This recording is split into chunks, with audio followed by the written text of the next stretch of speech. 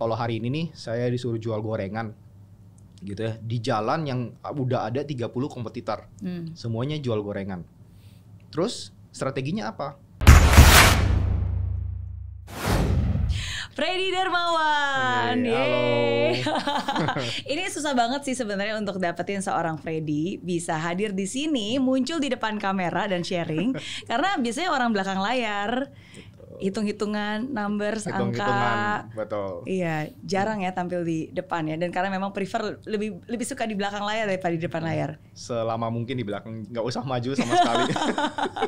Oke, founder dan CEO dari Enlight Consulting. Iya. Oke, mungkin bisa dijelaskan dulu 2-3 kalimat Enlight Consulting itu apa? Oke, Enlight Consulting. Actually we are a CFO services company. Supporting business owners yang biasanya suka menyerang. Oh, business owners yang biasa suka menyerang. Iya, maunya di depan cetak gol gitu Okay. Terus yang di belakang lupa. Iya.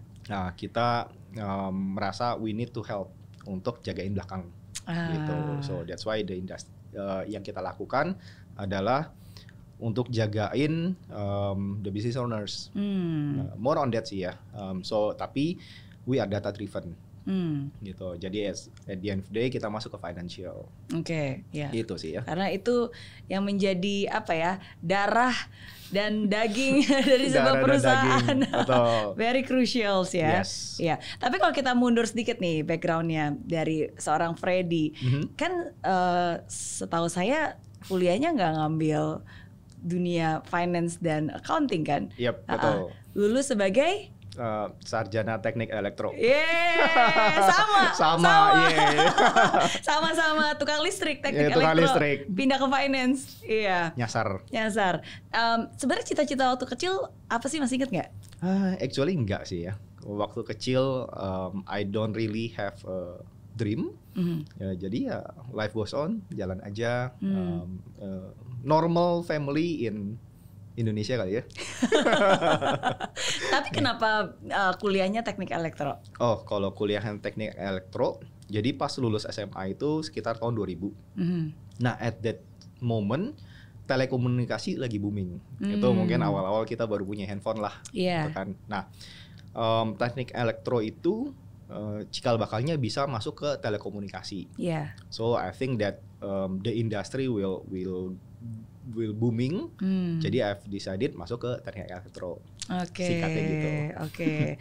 Ya berarti waktu itu belajar ini dong, frekuensi, Smith chart. Yes, belajar kira-kira seperti itu. Iya. Tapi actually serius kuliahnya cuma 1 semester sih. Oh gitu. Sisanya? Sisanya banyak kan main game. Banyak main game. Oke. Ya. Tapi akhirnya kapan mulai berpindah jalur? Kapan mulai berpindah jalur? Waduh. Sebenarnya lulus kuliah tuh 2006. Nah, pas lulus kuliah pun sudah pindah jalur. Jadi I help my brother di his company more on mechanical, jadi spare part pabrik. Gitu. Jadi lebih banyak ngurusin torsi, ngurusin mesin.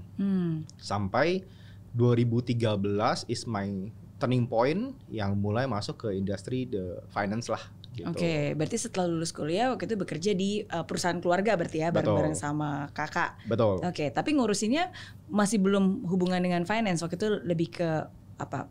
Operations. Lebih ke operations lah ya, operations, sales, macam-macam sih sebenarnya, kayak actually it's a family business, jadi I help everything. Gitu.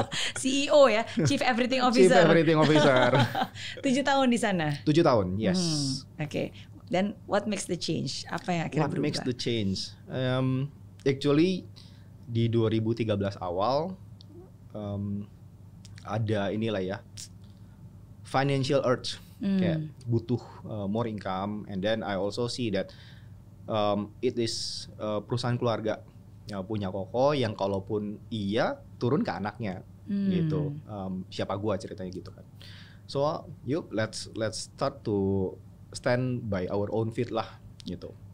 Jadi that's the starting turning point di 2013, dan kebetulan ada financial need yang kita perlu fulfill gitu. So the turning point terjadi di 2013 itu di mid year lah, I can say gitu.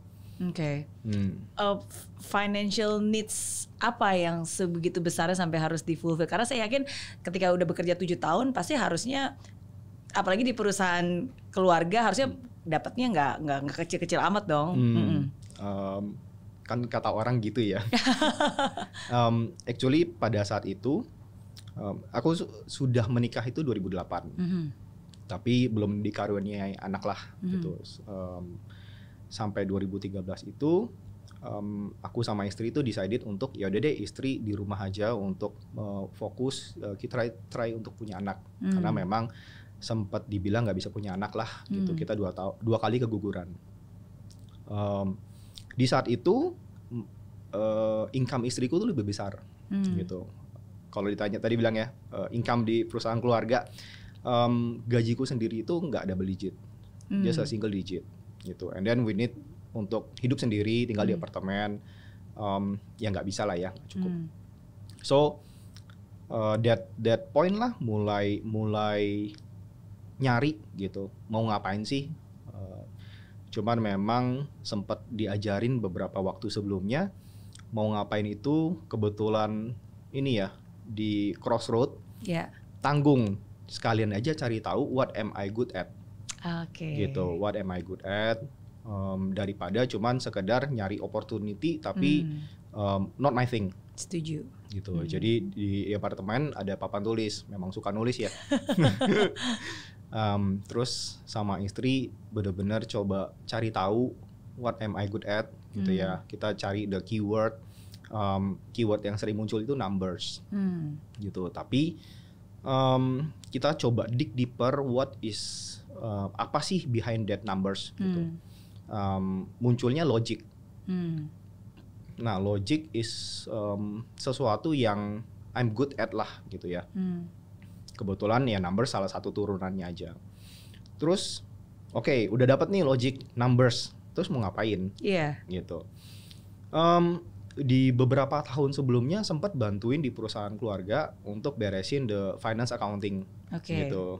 Diminta untuk bantu beresin, ya udah beli buku akuntansi SMA, belajar, and then ya udah deh ini simple nih bisa gitu kan. Nah kebetulan adalah sedikit skillnya ya kan. Dan buatku is kinda simple lah ya accounting itu. Betul, karena akhirnya numbers tapi harus asal logiknya jalan sebenarnya ya apapun juga bisa di-apply kan. Betul, as long as you understand the very fundamental things. Betul. Ya udah kita coba deh ke situ. Nah itu sekitar bulan Agustus 2013. Di September 2013 aku sama istriku kita decided untuk make a proposal ke satu small firm. Kita propose untuk boleh nggak gue jadi partner gitu ya. Nggak ngerti accounting, sombong mintanya jadi partner gitu ya, bukan minta kerja. Tapi emang kenal? Kenal, betul. And then di one of the proposal adalah I propose untuk kerja ke dia selama 3 bulan nggak digaji, gitu. Kalau nggak kan nggak proven ya, gitu. So ya udah Oktober, November, Desember kerja nggak digaji, untuk kasih lihat whether I am partner criteria or not, gitu. Ya udah selesai at the end of the December, ternyata dia decided untuk nggak nerusin the firm. Gitu, karena dia nggak mau lanjut perusahaannya. Betul, dia mau do something else. Aku juga nggak take over the firm, and then aku decided untuk bikin baru aja, create my new. Itu kan udah 2014 kan, so ya disitulah 2014 ada namanya Enlight Consulting. Gitu. Wow, itu berarti lewat journey yang berliku-liku, tapi everything happens for a reasons ya. Betul. Karena justru dari situlah benar-benar dapat hands-onnya dulu, habis itu belajarnya dulu, dan bahkan sebenarnya rela setelah udah mengetahui oh this is your strength, logics and numbers, ya udah 3 bulan rela nggak digaji untuk benar-benar belajar dan proven prakteknya. Yes. Kenapa namanya Enlight Consulting? Enlight, actually nyari namanya lumayan lama. Cuman one of the reason kenapa kita mau go to the finance industry, karena sering ngelihat business owners make the decision itu by guts. gitu. Kita juga sering Ya, actually. guts-nya bukan guts Tuhan ya, tapi guts feeling ya. Betul, guts feeling. Sampai hari ini pun banyak orang still doing that. Me personally juga ada saatnya kita udah tahu nih. Kita udah tahu what to do walaupun nggak jelas. Just trust your feeling, just trust your gut. Nah, terus sering ngeliat nih business owner punya uang beli mobil, naik level beli rumah, nggak punya uang dijual lagi. Nah, and then bertanya-tanya kenapa ya gitu? Why did they do that?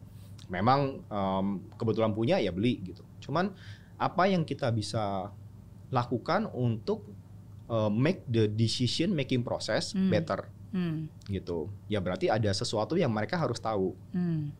And then cari tahu, oh berarti sebenarnya finance itu adalah satu hal yang terdekat untuk knowing your company's condition. Gitu. Nah, itu salah satu kita masuknya ke sana. Nah, kenapa Enlight adalah we want them to understand. Cukup lihat lu sekarang tuh lagi di sini. Nah, ibaratnya contoh nih. Aku minta Mary naik ke lantai 25. Gitu. Mary ke lantai 25 ya. Tapi nggak kasih tahu Mary sekarang di lantai berapa. Nggak tahu naik atau turun, naik berapa lantai, turun berapa lantai. Nah, for me your financial condition kasih tahu sekarang di lantai berapa. Untuk kemudian kita tahu mesti ngapain untuk mencapai tujuan yang kita mau. Gitu. Nah, biasanya business owner tahu tujuannya. Tapi nggak tahu sekarang ada di mana.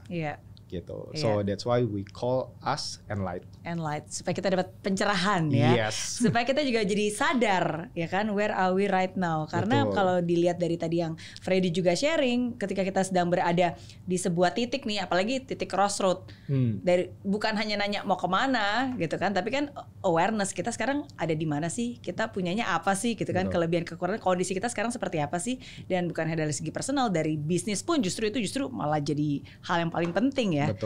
Untuk bisa aware tentang current condition. Oke. Nah, tadi saya suka banget ketika Freddy ngejelasin tentang membantu pengusaha-pengusaha yang suka menyerang. Dalam arti menyerang tuh ya, sebagai pengusaha kan kita pasti harus strike ya. Biasanya jualan, biasanya closing jualan, dan biasanya yang difokuskan ya udah product development, jualan, bikin produk jual. Nah, kesalahan terbesar apa yang biasanya sering orang nggak sadar, pengusaha nggak sadar sehingga kebobolan? Kesalahan terbesar ya, sebenarnya common ya. Ibaratnya gini, seorang pengusaha sering pokoknya mau cetak gold, maunya jualan. Dalam berjualan pun sebenarnya kita mesti tahu apa yang mau dijual. Gitu. Nah, apa yang mau dijual, let's say kita punya 3 produk, gitu. Nah, mau jual yang mana? Apakah produk A, B, atau C? Down the road dalam doing Enlight, kita go deeper, nggak cuman ke finance. We also do analysis, gitu. Nah, kita also do revenue analysis, customer analysis, and product analysis, gitu. Aku kasih contohnya gini, misalkan nih kita punya warung Indomie, gitu ya. Kenapa warung Indomie? Ya karena dulu tiap hari makannya Indomie kan gitu ya. Sama. pulang main game makan Indomie. Nah, if you know your champion product itu apa, cara berjualannya beda. Karena gini, dulu tuh kita sering makan Indomie abis main game ataupun abis main bola, gitu. Yang banyak bukan makan Indominya, yang banyak minum tehnya. Ya kan. Nah, kalau kita punya produk analisis yang benar, tepat, kalau ternyata Indomie itu yes we make a good sales, ropangnya make a good sales, tapi kalau ternyata the best margin is your es teh, what would you do? Kan gitu ya. Nah, pasti masnya cuma bilang gini, nambah es teh. Di strategi apapun itu, mau es teh, gitu. Es tehnya refill, always do that. Karena es teh is your product, gitu. Dan es teh marginnya gede banget loh. Yang nggak disangka ya justru ya. Betul. Nah, by knowing your product champion, jadi kita tahu strategi marketingnya, strategi berjualannya. Nah, tapi kalau financial punya strateginya, udah tahu, tapi kalau nggak ada pelurunya kan susah ya. Gitu. Nah, seringnya kita terus menyerang tanpa tahu kalau besok tuh masih ada company yang harus dijalanin. Artinya apa? Duitnya dihabisin. Gitu. Nah itu seringlah kejadian gitu ya. Actually aku juga orangnya cukup driven. Ya bawaannya suka nyerang juga ya. Gitu. Jadi kalau main bola suka nyerang gitu. Nah seringkali tuh kebablasan. Nah kita butuh temen yang ingetin. Lu nyerang terus belakangnya kosong nih. Gitu. Nanti bensinnya habis loh. So that particular part on finance buat kita kan, you have a business but you need gasoline to run your car. You need money to run your business. Nah ini kita harus bisa ngatur baik-baik. Gitu. Ibaratnya naik mobil jangan terus digas. Gitu. RPM rendah sekali-sekali supaya nggak habis. So itu sih our part ya dalam doing what we are doing untuk jaga supaya yang sering kebablasan jangan kebablasan deh, gitu. Kalau dari tadi yang Freddy sharing ya, berarti sebenarnya ada tahap pertama inventorinya dulu nih, artinya pencatatannya harus benar. Karena kan kadang-kadang orang ya udah jualan hari ini dapatnya berapa, udah, padahal kan sebenarnya itu bisa lebih di breakdown lagi ya dari produk mana, ya kan, udah gitu dari setiap produk pun juga sebenarnya ada marginnya sendiri. Jadi itu salah satu hal yang memang penting untuk dilakukan, bukan cuma kayak ya udah hari ini kita dapat berapa, tapi dibagi-bagi. Tapi kan untuk banyak pengusaha apalagi di awal yang kita tadi kan, semua dilakukan gitu kan, mana ada waktu, ya udah yang penting kan dapat duitnya dulu nih gitu. Nah jadi sebenarnya sedalam tahap mana kita butuh sedetail itu, sampai setahap mana kita sebenarnya ya udah nggak apa-apa, yang penting jalan dulu nih.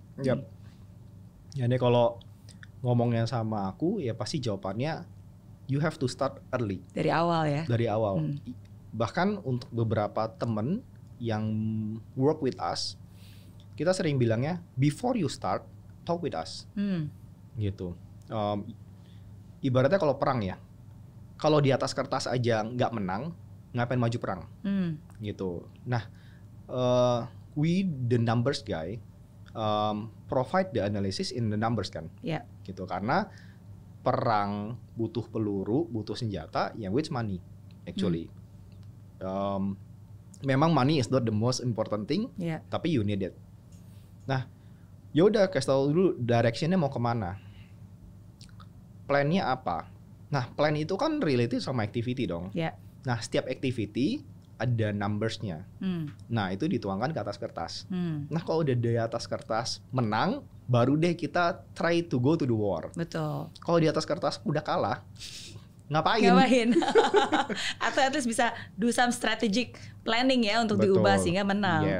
Betul. So we replan sampai benar-benar ini make sense. Nah kalau memang ternyata you want to go to a big war, ternyata money-nya kurang, baru kita dibilang fundraising. Nah kan banyak orang bilang mau fundraising buat apa? Itu sih. So start early. Start early. Ya memang especially when you don't know what you don't know ya. Gitu. Ya it's not my thing. Ya udah try to seek some help. Kalau nggak ada budget, I think we become the CEO, Chief Everything Officer. Ya udah belajar to understand, baru go to the war. Gitu. Ya itu saya setuju banget. Jadi lebih baik kita berkeringat ketika lagi latihan daripada berdarah-darah nanti ketika perang kan, tanpa perencanaan dan detail. Kalau misalnya di dalam kertas aja udah kalah dan belum bisa ada profitnya dan memang nggak nutup, ya do something gitu sebelum benar-benar mulai. Especially kalau when I start Enlight, karena di 2014 itu kebetulan kan udah ada satu anak dong, udah ada tanggungan, gitu. Jadi at that moment what I feel adalah nggak sukses, gitu. Karena kalau gagal resikonya bukan gue nggak bisa makan, tapi anak istri gue nggak makan, gitu. Jadi there's no reason to fall. There's no reason to fail. Jadi benar-benar harus do better planning. Nah mungkin kalau punya buffer untuk boleh gagal ya silakan deh. Iya. Dan salah satu hal yang penting itu juga mungkin pemahaman tentang antara profit dan juga liquidity cash yang di tangan ya. Karena mungkin seringkali dua ini rancu pikir wah profitnya banyak, tapi kok perusahaannya nggak jalan gitu. Gimana profit banyak tapi perusahaan bisa nggak jalan? Kadang-kadang orang tidak paham dan tidak mengerti. Nah, mungkin since ada Freddy di sini bisa memberikan pencerahan sehingga semua yang punya bisnis tahu nih. Apalagi di masa-masa pandemi ini kan cash is the king, ya nggak? Ya memang profit sama cash is two different things. Susahnya gini. Punya profit itu kan segampang misalkan kita jual one phone, modalnya 1 juta, jual 3 juta. Oh enak ya, untungnya 2 juta, profitnya gede. Nah, tapi kan pada kenyataan kalau cashnya langsung dapat enak. Wah, jualan Mary beli 3 juta masuk kantong. Besok belinya handphonenya 3 dong, bisa jual 3. Terus kayak gitu. Lama-lama gede, terus kerjasamanya sama corporate. Belinya 100, wih asik. Tapi ngutang ya. Bayaran nanti. Again, dalam kita run our company, operations itu something yang harus diperhatikan. Darah kan gitu ya. Making profit is one thing, making money is another thing. Nah, untuk making profit ada strateginya sendiri. Untuk making money ada strateginya lagi sendiri, gitu. Paling gampang adalah kalau kita ngelihat zaman dulu nih orang jualan di toko atau jualan whatever yang profit sama cash itu berbarengan. Contohnya restoran, ya profit sama cash masuk bareng, gitu. Nah jualan apapun ya pokoknya nggak ada utang-utangan. Iya, karena langsung lah ya, transaksi langsung tukeran. It's very easy. Nah tapi kan nowadays udah mulai beda. Subscribe aja kan sekarang udah bayarnya setahun di depan, gitu. Nge-gym aja bayar setahun di depan. Untuk dapat apa? Bayar 9 bulan, diskon 3 bulan biasanya gitu ya. So it's a cash flow game, gitu. Not a profit game. Dia sacrifice their profit untuk make a cash flow. In advance ya. In advance. Ada nggak orang yang nggak sacrifice profit untuk dapat cash flow? Ada. Boleh sebut brand nggak ya di sini ya? Boleh ya. Contoh Starbucks ya. Starbucks card. Aku tadi pagi baru top up. Dia nggak sacrifice profit, tapi dapat uang di depan. Nah itu cash flow game. Gitu. Let's say Amazon. Amazon itu jualan barang orang, dapat duit di depan. Tapi dia bayar yang punya barang 6 bulan kemudian. Enak juga ya punya Amazon ya. Nah, those kind of things yang kita mesti ngerti how to leverage and what to leverage. If you have a big money and then you have the leverage of money dong. Nah, you can play the profit game. Gitu. Bisa gedein profit karena yaudah deh lu boleh ngutang lamaan tapi marginnya lebih mahal ya. Gitu. Mau ngutang jadi 3,5 juta ya. Gitu. So two different things, profit and then cash. Yang perlu tahu again your condition, your positioning, and then you know what to leverage. Mungkin bahasanya agak rempong ya, cuman mengerti dulu your condition. Seperti yang aku tadi bilang, lu di lantai berapa sekarang? Setelah mengerti itu, baru tahu mau main gamenya apa. Nah kalau nggak ngerti ini, nanti masuk gamenya tuh salah. Gitu. Kalau punya leverage on money, tapi mau main cash flow game kan rugi ya. You can increase your profit. Jadi nggak maksimal. Nah kalau nggak punya cash, tapi mau mainnya profitnya gede, and then yaudah nggak apa-apa ngutang tapi lebih gede. Loh ntar bayar gaji gimana? Nah understand your condition. Gitu. Ada nggak beberapa indikasi atau mungkin beberapa pertanyaan sehingga yang lagi dengar nih bisa tahu untuk bisa menjawab pertanyaan itu sehingga tahu berarti sekarang posisi saya lagi di sini nih, keadaan saya lagi di sini nih. Beberapa pertanyaan untuk tahu ya. Actually kalau dalam financial it reflects gitu. Dari laporan keuangan aku paling suka tuh lihat balance sheet. Balance sheet itu tells everything about your company. Gitu. P&L itu just a one period performance, tapi nggak tell many things. Nah balance sheet itu salah satunya ada your bank balance. Lu mesti tahu di bank ada berapa. Ada AR, account receivable, orang ngutang lu berapa. Oke. Nah, AR-nya masih tahu, tapi ini berapa lama nih? Kapan ini jatuh temponya ya? AR days-nya berapa lama? Is it 30 days, 60, 90, 120? Nah itu perlu dikasih tahu. Karena kalau, oh ya nih kita punya piutang, orang ngutang kita 300 juta gitu ya. Banyak banget, asik nih. Tapi bayarnya nanti 3 bulan lagi. Nah itu jadi isu. Bank balance, AR. Nah terus masih tahu monthly operations berapa sih? Oke. Gitu. Nah dari setelah monthly operations, masih tahu kita punya utang berapa. Nah itulah I think 4 hal yang basic untuk kita selalu perhatikan on running our business. Gitu. Nanti kan ini masalah bank balance sama AR itu kan kita punya positive things ya, our assets gitu. Nah monthly operations and our hutang itu kan yang kita punya liability, kewajiban. Nah kalau yang pertama lebih besar, ya you have the leverage lah gitu. Oke. Gitu. Iya. Oke, tapi berarti ya lagi-lagi di awal pencatatannya harus rapi ya, dan sebisa mungkin dilakukan sedini mungkin, karena kalau perusahaannya sudah makin banyak, makin besar, makin banyak yang dijual, makin banyak produknya, makin ribet untuk bisa ngerapiinnya aja, nanti pasti butuh proses. Betul. Bukan cuman sedini mungkin ya, tapi also akurat. Gitu ya, misalkan di balance sheet saldo bank 50 juta, sebenarnya 10. Kok bisa? Nah, kan bisa jadi nggak akurat ketika pencatatannya nggak tepat. Oh, oke. It's about journal kan. Betul. Nah, atau tidak tepat waktu. Jangan sering ketemu company, sekarang bulan 8 gitu ya. Oh, ini reportnya bulan 5. Oke. Gitu. Nah, ini aku kasih contohnya Google Map. Aku pernah nih mau ke satu tempat pakai Google Map. Wah, 30 menit nyampe, nggak bakal telat. Terus pas jalan, ternyata macet. Oh, ternyata Google Map-nya itu nggak dapat sinyal. Oke. Nah, nggak dapat sinyal itu sama seperti kita dapat laporan keuangan terlambat. Gitu. Yang kalau ternyata total ada kecelakaan di depan kan kita nggak tahu ya.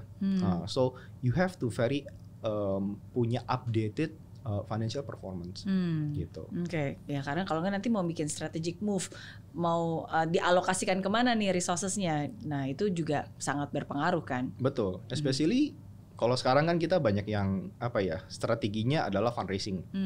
Nah untuk strateginya fundraising berarti kita tahu punya uang sekarang yang kemudian akan terus menurun. Kalau tahu-tahu ternyata bulan depan habis gimana? Itu sering banget kejadian. Iya. Seberapa apa indikasi bahwa calculations ini termasuk healthy?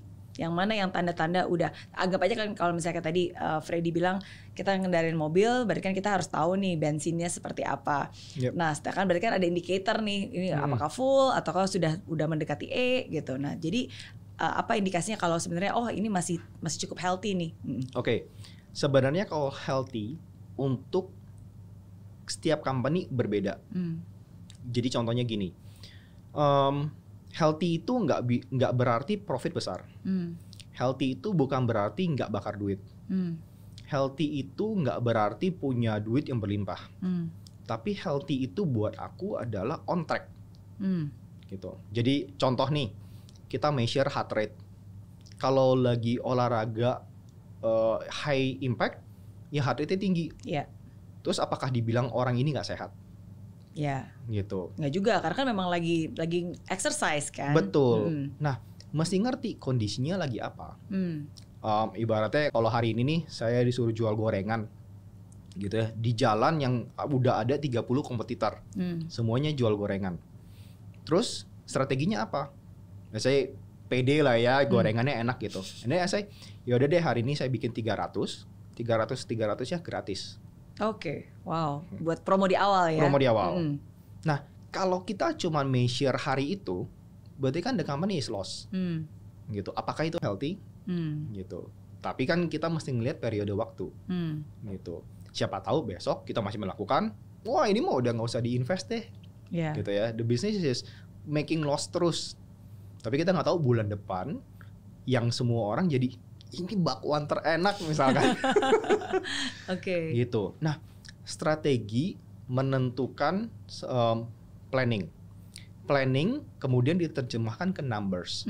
Nah, numbers ini ada periode waktu yang kemudian kita ketika realisasi di track apakah on track dengan our projection. Nah, healthy for me is on track. On track, oke. Betul, nggak bisa dibilang untung, punya duit banyak gitu. On track is my measurement of healthy. Gitu. Oke. Setidaknya apa yang direncanakan on paper dan apa yang dikerjakan di lapangan seberapa akurat nih, ya kan? Apakah on track atau enggak? Betul. Oke, itu consider healthy ya seperti itu ya, karena kan kondisi berbeda-beda, strategi juga berbeda-beda kan.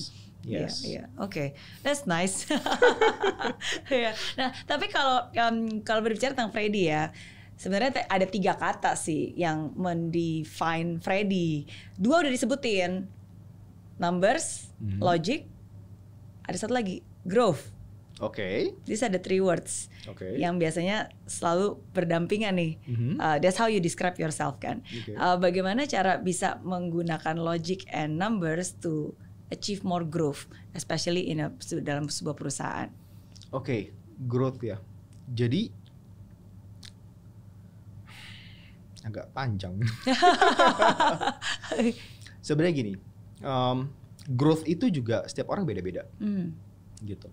Kalau orang masih hidup, pasti punya tendensi mau lebih baik, gitu. Kalau yang enggak tuh kayaknya sakit gitu ya.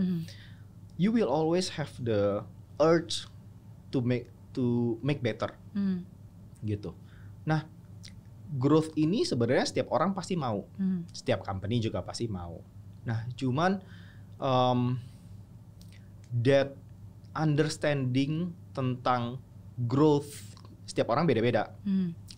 Nah, kita harus define dulu sebenarnya apa yang mau dicapai. The what gitu ya.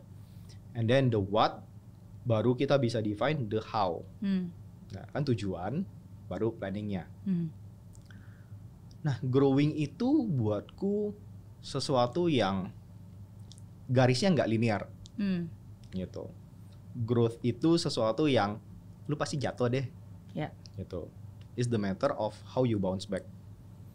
And ya teorinya cuman setiap jatuh bangun aja. Jadi bangun lebih banyak daripada jatuh. Yang disayangkan ya, ketemu banyak orang yang pengen growing dengan measurementnya orang lain. Aku pengen sesukses dia, aku pengen mencapai apa yang dia capai. Gitu. Ini social media trap ya. Gitu. So define dulu sebenarnya your positioning, who you are, define what you want to achieve, and then make your plan and projection dong. Betul. And then try to achieve. Betul. Gitu. Nah, memang kan nggak linear, garisnya nggak lurus, pasti ada jatuhnya. That is when you learn or you pivot. Gitu. Nah, growing itu something yang perlu diusahakan. Gitu. Yang apa ya? Kan orang bilang ya, menjadi tua itu pasti kan. Tapi menjadi dewasa itu betul. Keputusan ya. Betul. Nah, bertumbuh itu juga sama. It's your decision to make better. Gitu. Jangan pernah merasa puas dengan apa yang dipunya gitu kan. Tapi ya tetap melakukan perencanaan. If I understand the perspective of growth. Gitu. Oke, ya berarti lagi-lagi balik lagi ke orang itu sendiri, perencanaannya seperti apa, tujuan maunya seperti apa, ya jalurnya dia di mana, ya kan, karena setiap orang juga punya jalur sendiri-sendiri kan. Betul. Punya runway sendiri-sendiri. Ya, dan kebanyakan orang tanpa ya dia sadari ya dia menggunakan measurement orang lain untuk kesuksesannya dia, gitu. Oke. Kalau berbicara tentang UKM, karena kan yang dibantu oleh Enlight Consulting lebih banyak UKM ya. Jadi kalau untuk UKM nih biasanya apa tantangan terbesar yang mereka punya? Oke, tantangan terbesar. Sebenarnya gini, alasan aku tuh masuk ke UKM. Indonesia itu adalah, mungkin kalau yang seumur ya, tahu kita di sebelum tahun 2000 itu kita negara yang besar dari big corporation. Gitu. Jadi yang kaya banget, ya sisanya nggak ada. Yeah. Gitu. Jadi kalau dilihat gambar ekonominya kayak jam pasir. Oke. Gitu, yang kaya banget sama yang miskin banget, yang tengahnya nggak ada. Gitu. Nah, I'm seeing that jika negara punya middle ekonominya kuat, mau krisis kayak apa kayak aman-aman aja. Gitu. Karena kuantitinya menang. Gitu. Kalau tadi kan kita bilang yang kaya banget banyak, ya paling berapa orang sih yang kaya banget itu. Nah, tapi kalau yang tengahnya kuat tuh kita negara yang nggak takut krisis. Gitu. That's why aku menyasar ke UKM. Cuman memang challenge kita di UKM ini adalah banyak new entrepreneur. Ya udah deh, pokoknya gue coba aja usaha. Yang kita, buat aku, sadly education kita nggak prepare us to start a business, to masuk ke industri kerja, gitu. Aku kalau masuk anak ke sekolah itu adalah preparing children untuk bisa hidup in their real life, gitu. Jadi aku nggak pernah preparing children untuk sekolah. Hah, ngapain lo sekolah ya? Penting apa ya? Gitu. Karena sekolah itu membuat orang mengerti how to think, how to feel, how to react, gitu ya. Nah, kalau di kondisi sekarang entrepreneur ya most adalah sekitar umur 30-an. Mirip-mirip lah ya. Mirip-mirip. Nah, cuma memang kita nggak ada edukasi yang membuat kita know how to run a business. Gitu. Jadi ya tembak aja kayak mungkin zamannya orang tua kita. Just jalanin aja. Nah, ini membuat when I want to help, directionnya nggak tahu. Pokoknya mau kaya aja, mau make money aja. Nah, ketika kita as a CFO, let's say, want to support, kan our measurement of healthy adalah on track. Nah, kalau nggak ada blueprintnya, how can I say you are on track? Betul. Gitu. Ditanya, boleh nggak I spend X amount to do marketing? Do you have the budget? What? Gitu. Nah, ini yang challenging banget buat kita being supportive. Gitu. Karena kita bukan orang nomor satu. I submit to someone else as the captain of the company. Gitu. Jadi jangan suruh saya yang, Fred, ini targetnya harus berapa? Maksud lo? Iya. Gitu. We help to buat lu mencapai your dream. Betul. Jangan bikin gua yang setting. Gitu, lama-lama we are a CEO service company ya. Gitu. So I think itu ya, the understanding fundamental of your positioning, your direction, and your plan. Ini simple kok, kayak misalkan aku bilang, Mer ke Bandung yuk. Gitu. Oh yuk, kapan? Mau kapan sampai? That's matter dong. Tujuannya ada, kapannya ada. Mau naik apa? Nah, kalau mau naik apa jadi matter nih. Kalau kapan sampainya, kapan berangkat, budgetnya berapa? Isi bensin nggak? Nih perginya kalau sama Freddy ntar ngajak makan terus. Gitu. Mau bawa siapa aja? Aja. Nah, itu tuh simple banget. Sebenarnya kita sudah ngerti. Untuk jalan-jalan aja kita bisa planning. Ini kan cuma analogi aja kalau company mau gimana. Gitu. It's the same sih. Gitu. Nah, itu yang buatku the most challenge yang sering ditemuin adalah they don't know what they don't know. Itu.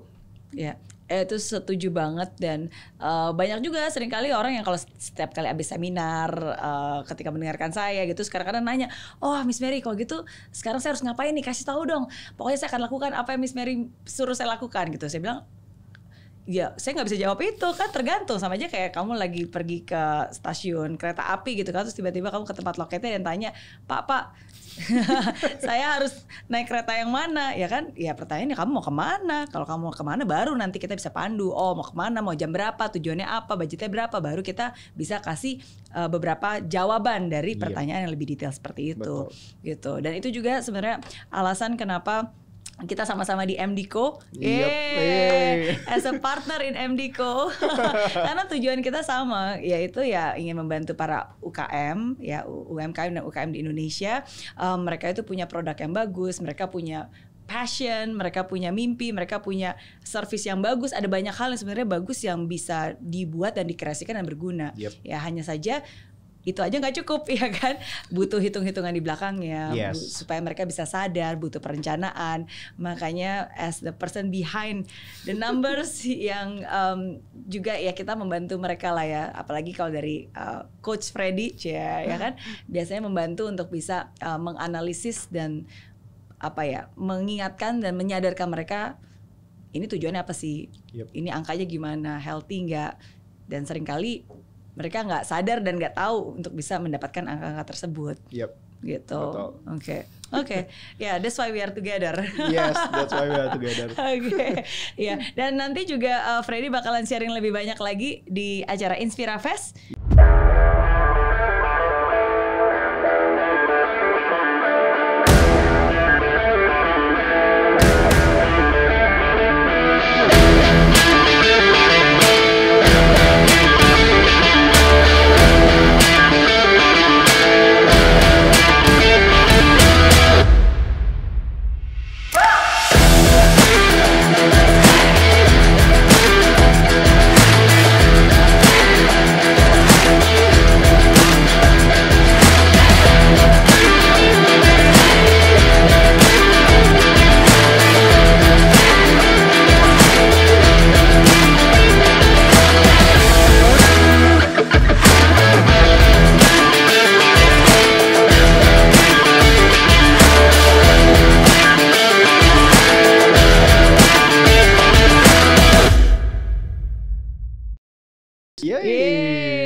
Menegangkan sekali. Ya karena ya sekali lagi sebagai seorang entrepreneur itu bukan hanya kemampuan dan kemauan saya pasti bisa ya, tapi kemampuan dan kemauan itu juga harus diasah, harus ada knowledge-nya juga. Betul. Kalau ada yang nanya nih, di MD-ku gimana sih? Oh ya, ada Mary, ada David jadi striker di depan. Ada Alpha sebagai jenderal di tengah ya. Freddy apakah di belakang? Enggak, bukan. Kiper? Bukan. Terus? Freddy mah samping gudang hitung-hitung. Iya, tapi itu peranan penting karena kan harus make sure gitu kan. Nggak ada di lapangan, di samping gudangnya ngitung-ngitung aja. Iya. Tapi that's how we complement each other, ya kan? Karena ya kalau di dalam sebuah pertandingan bola, kayaknya emang suka bola ya. Suka bola nggak sih? Dari tadi contoh-contohnya bola-bola semua. Ya dulu main bola lah. Main bola ya. Main bola beneran atau main bola game nih? Oh, main bola beneran. Oh, game juga sih. Iya, tapi ya maka dari itu awareness itu penting. Supaya ya kita punya kejelasan. Ya kalau di setiap kali saya diminta untuk sharing, saya selalu bilang harus punya clarity. Yes. Karena kalau nggak punya kejelasan, bukan hanya di dalam hubungan ya, dalam semua hal pun juga pasti berantakan. Betul. Iya. Oke, berarti terakhir dari Freddy, kalau di awal waktu kecil ditanya cita-cita, katanya nggak punya mimpi. Nah sekarang setelah udah berproses, punya cita-cita, harapan dan impian gak nih untuk kedepannya mau kemana? Mau kemana? Wah, sebenarnya ada beberapa. Tapi kalau seeing in the business industry, aku pengen ngeliat tuh kita di Indonesia punya middle economy yang kuat, gitu. Tapi untuk bisa mencapai itu, faktornya cukup banyak yang harus di-settle lah gitu. One of why I created Enlight supaya bisa support business owners mencapai apa yang dia mau capai gitu. Dengan itu hopefully growth-nya kelihatan. By that kan ekonomi menengahnya jadi kuat gitu. Itu satu. Another itu I also have heart in education sebenarnya gitu ya. Kalau apa ya, ya karena produk dari dulu sekolah nggak jelas. Sekolah ya sekolah aja ya. Nggak tahu ya beda sama apa enggak, cuman dulu ya kerjanya cuma nongkrong gitu, ketemu teman nongkrong. Kuliah juga semester 1 mencoba bener, semester 2 mulai udah deh main game terus. Tapi kalau dilihat at the end of the day banyak orang yang gagal sekolah tapi usahanya baik-baik saja gitu. Begitu juga kebalikannya. Nah ada apa sih kenapa bisa berbanding terbalik dengan apa yang terjadi di edukasi sekolah dengan kemudian apa yang terjadi dalam kehidupan sehari-hari gitu. Pintar di akademik tapi nggak kemudian pintar bersosialisasi gitu. Nggak kemudian I discredit the introvert person. Being introvert is you are comfortable being your own, tapi tetap harus bisa komunikasi sama orang lain. Kalau nggak usah nikah kan gitu ya. Nah, that education part is something yang still ada in my heart untuk make a better Indonesia. Tapi kalau sekarang mungkin masih nanti gitu ya, karena what my journey is sekarang masih fokus banget di building the business in the middle economy through Enlight, now also partnering with you guys di MDco gitu. Jadi the dreams is masih di situlah gitu. Tapi ya fokusnya sekarang in the middle economy. Iya. Yeay. Sehati sebenarnya. Ada banyak garis temu nih di antara kita. Makanya kita berjalan bersama. Iya. Dan mungkin kita sama-sama punya background yang sangat mirip ya. Jadi sama-sama teknik elektro, juga sempat cemplung ke finance gitu. Kalau saya sebentar, kalau Freddy kan sekarang yang menjadi passionnya juga gitu. Dan sekarang kita dipertemukan bersama-sama di MDco. Jadi senang banget, thank you banget. Dan saya juga setuju, walaupun tadi banyak orang yang mungkin dia nggak sekolah tapi akhirnya bisa sukses, karena saya percaya walaupun dia nggak sekolah tapi dia tetap belajar. Dan belajar kan nggak hanya di sekolah. Betul sekali. Iya, jadi itulah yang kita lakukan dimanapun juga. Semoga apa yang dibagikan hari ini juga bisa menjadi pembelajaran berharga buat para pebisnis. Amin. Sukses. Sehat selalu buat Freddy. Thank you. Dan sampai ketemu di Inspirafest. Yay! Thank you.